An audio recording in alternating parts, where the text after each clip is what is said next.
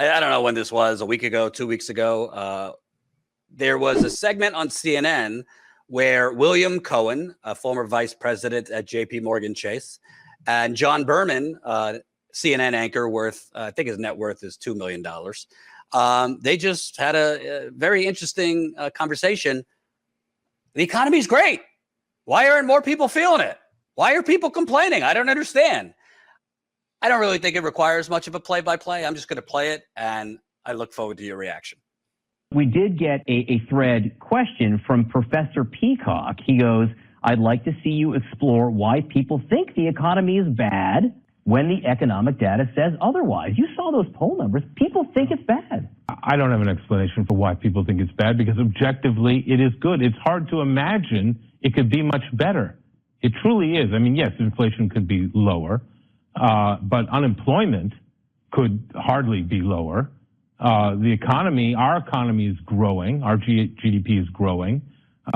Interest rates, were ratcheted up quickly beginning in March of 2021 and 2022. I would have thought, frankly, that would slow the economy down a lot faster and further than it has, which just goes to prove it takes a long time for higher interest rates to work their way into the economy. But, bankruptcies are not, exploding left and right. The economy is still growing. I don't know. Looks pretty good to me. Do you think there's an element, people just like being unhappy? People like being unhappy about a lot of things in America right now, and unfortunately. And I think, when, say, Mitch McConnell says his goal is to make sure Barack Obama doesn't have a second term, when he says, I'm not going to allow a Supreme Court justice to be nominated that should have been nominated by Barack Obama, when Donald Trump says, he won the election when he lost the election. Your thoughts. I love the part, do you think people just like being unhappy? Steve, do you just like being unhappy? Man, I make a decent living. I have a decent job. And my life, even with that decent job, is terrified because I don't have any fat. I mean, I have plenty of fat in the gut to give, but I have no fat in the finance to give. And once those student debt hit, once the student loans kick in, people are going to get washed out to sea. That's the first thing. The second thing is the 1.7 trillion that Biden pulled from the economy. That right there was in Main Street. Main Street is hurting. I told you before, the economy is thriving simply in the fire sector, finance, real estate, and insurance. Wall Street is making huge bucks because the interest rates are a direct payment to the investor class. It is not hitting Main Street. So these fucksticks sit there and try and put on a show, making it seem like, hey, everything's great, because in aggregate, it looks great. When you don't look at targeted areas and you can just do the big thing, that just shows you what a little blip the income for regular Main Street is, that it doesn't even register. The fact is that investors are making money hand over fist. Friends, even in the MMT community, that elevate this investor grade bullshit. And I got to be honest with you, this is where the class division separates. This is when you realize, hey, just because you know MMT doesn't mean you got a good heart. And folks are sitting there literally celebrating this kind of bullshit freaking, it literally is theft. It's wage theft. It is literally nothing but paper money moving around in the stratosphere amongst the investors. It's not hitting Main Street. And once those student debts come crashing in, you are going to see a tsunami of bankruptcies. Now, they have a 1-year waiting list or a 1-year kind of pause before they hit the credit reports. But once it hits the credit reports and all that interest accrues, you're going to see a horrible, horrible tsunami of debt sweeping people out to sea and never returning. So fuck these people, fuck their ideas, fuck their bullshit from the catbird seat. Literally fuck every single one of them, and fuck anybody that finds investors okay compared to working class people. I am sick to death of watching us elevate the great man, the Elon Musks, the this, the that. I am so fucking tired of seeing people elevate wealth. We are literally, I mean, my teeth are fucking falling out of my mouth. I'm just one dude. I know a lot of people that are in even worse shape, way worse shape. I mean, I am privileged beyond words compared to them, and I'm in bad shape. So these guys say this stuff, and they go out there and they get a willing cohort and the host to tell them they just want to be pissed off. Fuck you.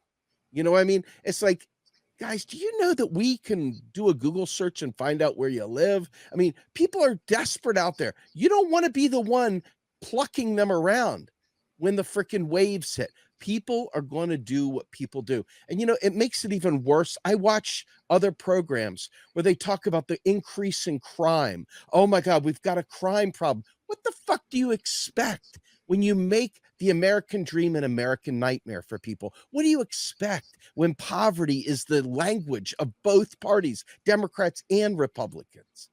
What do you expect people to do? They're going to do things that are not in the narrow lane. They're going to do whatever it takes to survive. And if that's carjacking, they're going to carjack. If it's dealing drugs, you're going to deal drugs. If it's fucking sticking up a fucking soda shop, they're going to stick up a soda shop. They're going to do what they have to do to survive. And this kind of disconnected bullshit is what the Biden administration's preaching too. One side of their mouth, they're saying, oh, we're going to take care of you. And the other side, we have unprecedented greatness in society, unprecedented job growth, unprecedented economy. It's wonderful. Well, fuck you. It's not wonderful. When you have to pay $4 a gallon for gas is the new norm. When you have to sit there and pay $400 a month for your electric bill, or you lose your refrigerator, when you have to sit there and try to figure out how you're going to feed your children, okay? Because the cost of food, and I'm not talking about shit food like oodles and noodles and top ramen. I'm talking about like healthy food, vegetables, things like that. This society is so fucking sick and so transactional and so unable to see beyond because we've been starved of a meaningful economy. All these student debtors, they're going to school for jobs that just aren't there. The jobs that they're going to school for don't exist. The jobs that they're hiring for are shit jobs with shit wages. I mean, no joke. So when you sit there and you talk about student debtors paying their fair share, when that tsunami of that debt hits, you're going to see how much of their money has been tied up in just basic survival. It's going to be biblical. And I'm telling you right now, I would hate to be one of those hosts saying, do they just want to be angry? Because I can tell you right now, somebody's going to be up late at night watching something like that, and they're going to make the news the next day. And rightfully so at this point, because families shouldn't have to suffer the way we're suffering in this country. So anyway, it's not going to be the blow up here. I can tell you right now, it's going to get worse. Wait till you see what happens when the student debt hits. I'm telling you, that's going to be the one that really fucks them up, because that's going to hit the old folk that went back to school after the great collapse in 2008, 2009, trying to reinvent themselves. That's going to go after the children that are just now graduating from school and are just getting started with their life. And that's going to deal with all the middle class folks that went and thought they were getting a degree for all the right reasons, only to find out the economy left them behind. So shit's going to get real, and it's going to get real, real fast. And I'm telling you right now, watching the increase in policing, they know it's going to get ugly. That's why they're ensuring they've got more pigs on the streets. That's why they're making sure they have more cop cities and all the rest of it. We live in a society that is kept under lock and key by policing. Policing is the long arm of capital. It used to be private. Now we just go ahead and make it public. And this is like the worst of all situations. So be ready for it. It's coming.